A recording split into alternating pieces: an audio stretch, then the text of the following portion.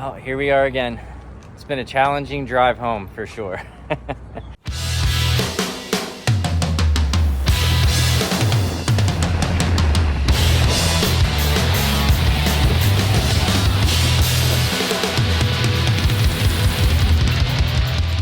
I'm Mike. I'm Joe. And this is Kart Life TV.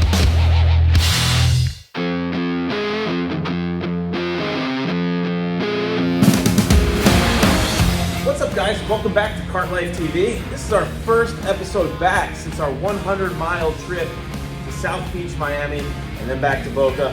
103 miles last week. That was nuts. That was crazy. Absolutely crazy. It's a lot of work. It was work. Driving a golf cart 100 miles is a lot of work, and in just 5 days, me and Joe here, 225 miles, Key West, southernmost point of the continental United States. But we got some work to do today. Panic time. Panic time. Gotta get it done. We gotta get it done. We gotta add some USB ports, a rear view mirror, and we gotta fix our fuel system. We had 14 breakdowns because of the fuel pressure, and we figured it out. It was the fuel valve. Let's go over that now. We'll show you what we got going on. All right, so those of you who saw our video last week, the 100-mile trip, you'll notice that we did break down 14 times because of this right here, the fuel cell in the Club Car DS. It expanded because of the heat of the fumes, gasoline, and we just learned this. And as a disclaimer, Joe and I are not golf cart pros. We're amateurs and enthusiasts, so we're doing this for fun, and we're learning a lot as we go. But one thing we did learn is that the fumes in the gas tank, they expand when they get hot, just like air and just like anything else. It expands when it gets hot, cold, it contracts. Gas expands at an even more rapid pace than air, and it really ballooned the gas tank, and it was really messing the fuel pressure up in the system. It was flooding the carburetor. We got all kinds of air in the lines that we had to get out, and you actually saw that in the fuel filters while we were running. One thing we noticed was that the breather valve, it's right here on the Club Car DS, it was not breathing and venting the system as much as possible, or as much as we really needed it to. So we changed it. We put a brand new one in. We put a brand new grommet in.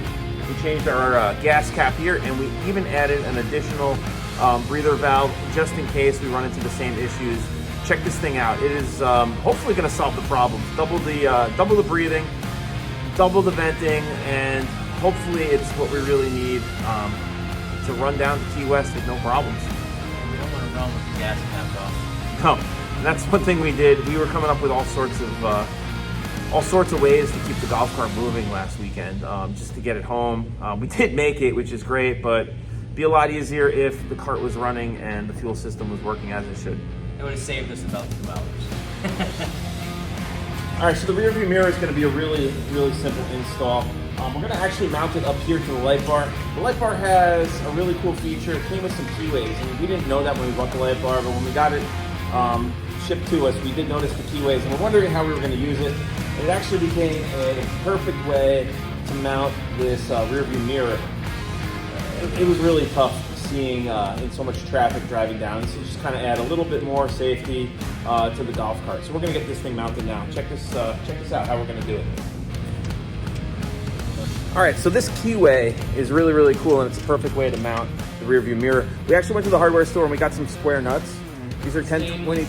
Thank you, Joe. Stainless nuts, of course. These are square nuts. They're actually designed to work in channels like this. It's really cool that True Value had them. We just stopped by there and we picked them up. But take a look how they actually slide right into the keyway.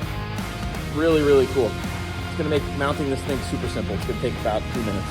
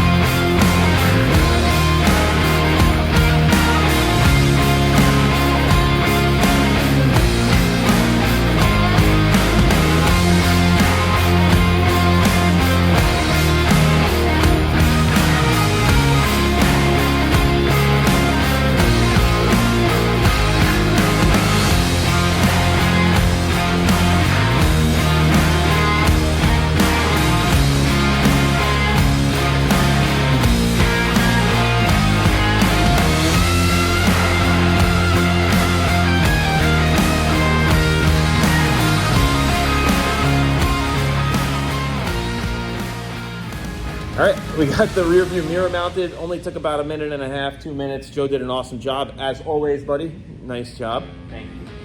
Now we'll be able to see behind us while we're driving, which is great without using the side view mirrors. Next thing we're gonna do, we gotta put some USBs in the back. We got that ready. We got the hole saw. Shouldn't take too long. I'm gonna drill them in, run the wire, and then we'll have power for our cameras. More wires to the battery. That's it. But you know what? We're prepared for that. Let's do it. Let's do it.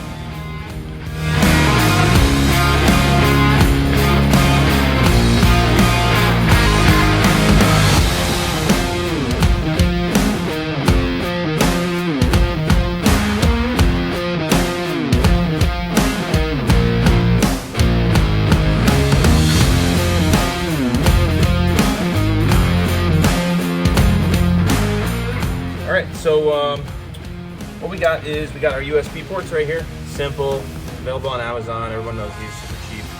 And we got our little rocker switch here. Also very simple. Built a little harness here. This is going to go to our battery, right underneath the holes we drilled here. So we're going to run the battery power here. These wires are going to go to the switch. We got power, load, and ground, and then we have ground and load from the switch for the USBs, and that's what's going to power them. It's going to take us 2 seconds to hook up. We're going to do that right now.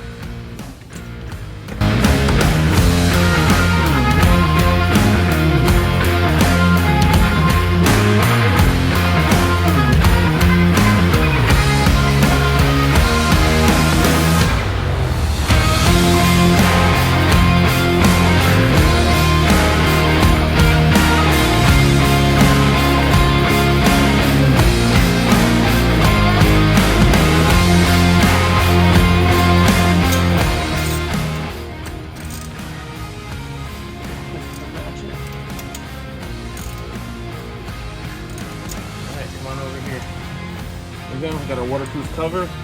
This, boom. Oh, look at that. Woo! Get the red switch to match it, so that's cool. There we go. All right. Success. Got the thumbs up. All right, guys. So that wraps it up for today. We got our mirror mounted. We got our USBs. We fixed our fuel venting system. Hopefully. Hopefully. We don't want to break down anymore, man. But that basically wraps it up. We're going to catch up with you guys on Friday before the trip. We're just 5 days away, 225 miles in this Club Car DS. It's going to be crazy. It's great.